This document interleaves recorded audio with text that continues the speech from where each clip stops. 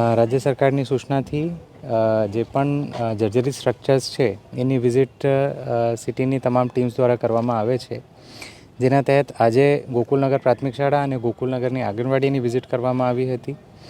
ગોકુલનગરની પ્રાથમિક શાળામાં બે બિલ્ડિંગ્સ એવા છે જે તે વખતે ડિક્લેર કરવામાં આવ્યા છે જર્જરિત તરીકે.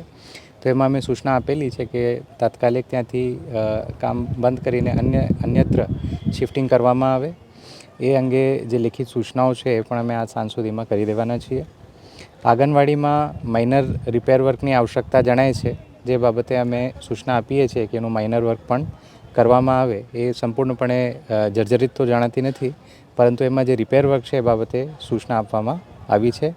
કુલ આપણી સિટીમાં 82 જેટલી આંગણવાડીઓ છે, સાથે 56 જેટલી પ્રાથમિક શાળાઓ છે અને એ સિવાય ઘણા બધા એવા સ્ટ્રક્ચર્સ છે પ્રાઇવેટના 117 સ્ટ્રક્ચર્સ છે જે જર્જરિતની પરિભાષામાં આવે છે.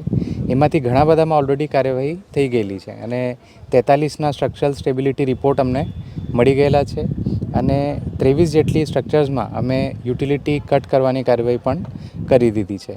તો આગામી સમયમાં એ કાર્યવાહી વધુ જોરશોરથી થશે અને તમામ આંગણવાડીઓ અને સ્કૂલ્સનું ઇન્સ્પેક્શન કાલ સાંજ સુધી અમારી ટીમો દ્વારા કરવામાં આવે એ રીતની સૂચના અમે આપેલી છે. જે સરકારી કચેરીઓ છે એને પણ અમે સૂચના આપીએ છીએ કે તાત્કાલિક જ્યાં લોકોનું મૂવમેન્ટ છે, પીપલનું મૂવમેન્ટ છે, એવી ગતિવિધિઓ ત્યાં ઓછી કરવામાં આવે અને અતિ આવશ્યક હોય અને કામગીરી ચાલતી હોય ત્યાં એ લોકો કાળજીપૂર્વક કામગીરી ચાલુ રાખે, પરંતુ લોકો માટે એવી જગ્યાઓ ચાલુ ન રાખવામાં આવે એ બાબતે અમે પણ સૂચના આપેલી છે.